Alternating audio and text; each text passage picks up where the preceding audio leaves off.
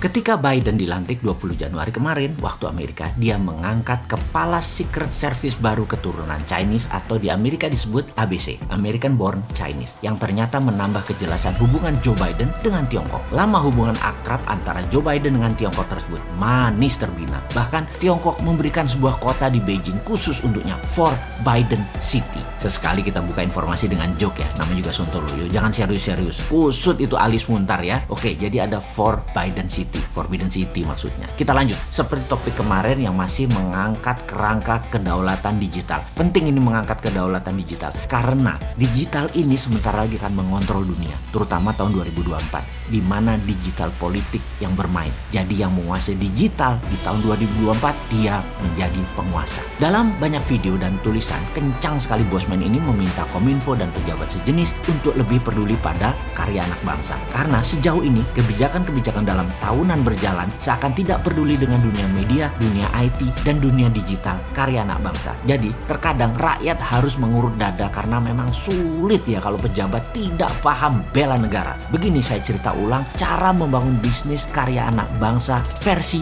Mardigonomics. Kekuatannya ada di swasta. Lupakan membangun ala Tiongkok yang menggunakan kekuatan BUMN. BUMN Tiongkok itu yang punya PKC, Partai Komunis Cina, bukan negara Cina yang punya BUMN. Jadi mudah ngelolanya. Kalau sekarang yang punya negara rumit sekali. Tapi jujur saat ini BUMN itu kan harusnya milik negara katanya. Namun faktanya dikuasai oleh titik-titik-titik. Monggo isi sendiri.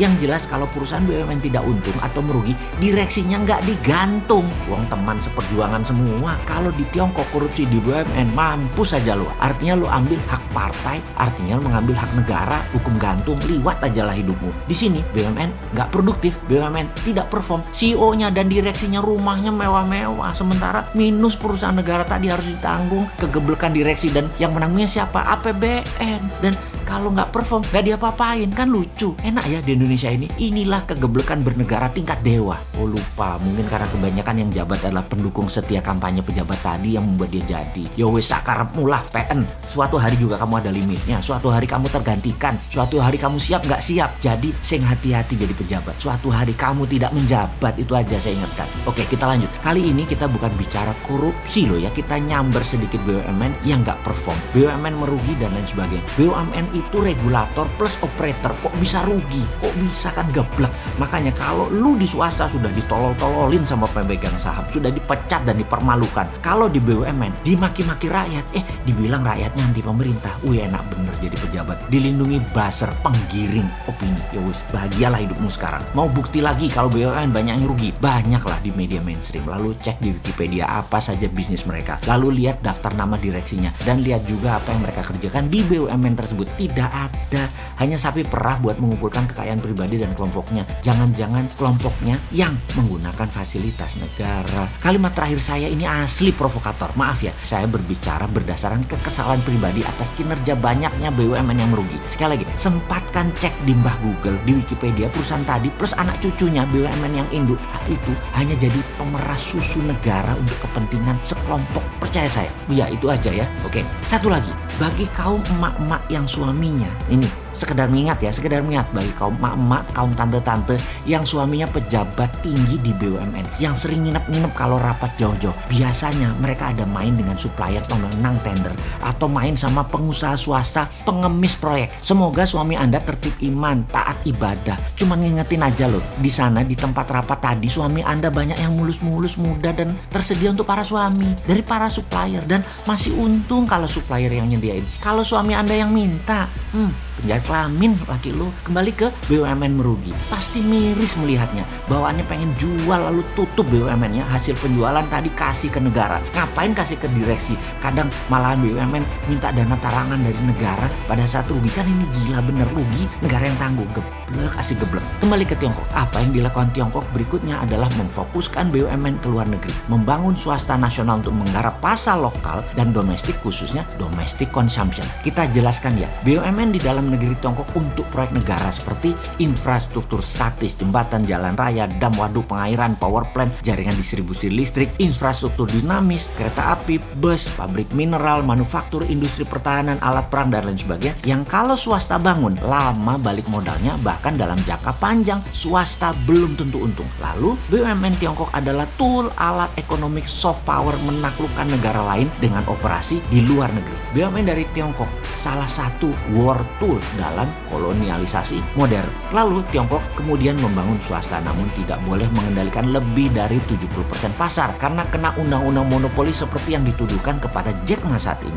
Untuk membangun swasta bukan saja fasilitas yang diberikan oleh negara, tetapi melindungi mereka, protect mereka dari serangan swasta asing atau negara asing yang masuk ke Tiongkok mengambil pasar Tiongkok. FDI atau Foreign Direct Investment di Tiongkok produknya harus 100% ekspor keluar dari Tiongkok. Beda dengan negara yang tidak berdaulat seperti negara tetangga kita. FDI masuk produknya terbanyak untuk kebutuhan lokal, mengambil pasar lokal, berkompetisi dengan UKM lokal. Jadi rakyat di negara tidak berdaulat, BUMN yang memakan UKM dan pasar rakyatnya sendiri. Itu ada di negara tetangga contohnya. Ditambah asing masuknya dipermudah untuk menggarap pasar rakyatnya sendiri. Nah, itu hebatnya negara tetangga tadi. Bagaimana cara melindungi swasta di Tiongkok sekarang? Perlu anak bangsa dilindungi dari predator besar asing sampai menjadi dewasa dan besar. Misalnya Ren-Ren dilindungi. Facebook tidak boleh masuk Cina sampai Ren-Ren menguasai 60% pasar Cina. Didi Sucing transportasi menguasai 60% pasar Cina. Baidu menguasai 60% pasar Cina, baru Google boleh masuk. Indonesia kalau mau maju, aplikasi anak bangsa lindungi. Kalau nggak dilindungi, Gojek itu udah kehabisan nafas, dijual ke asing lah kayak sekarang. Catatan, Gojek memang produk anak bangsa, tapi pemiliknya mayoritas asing. Telat iki diproteknya.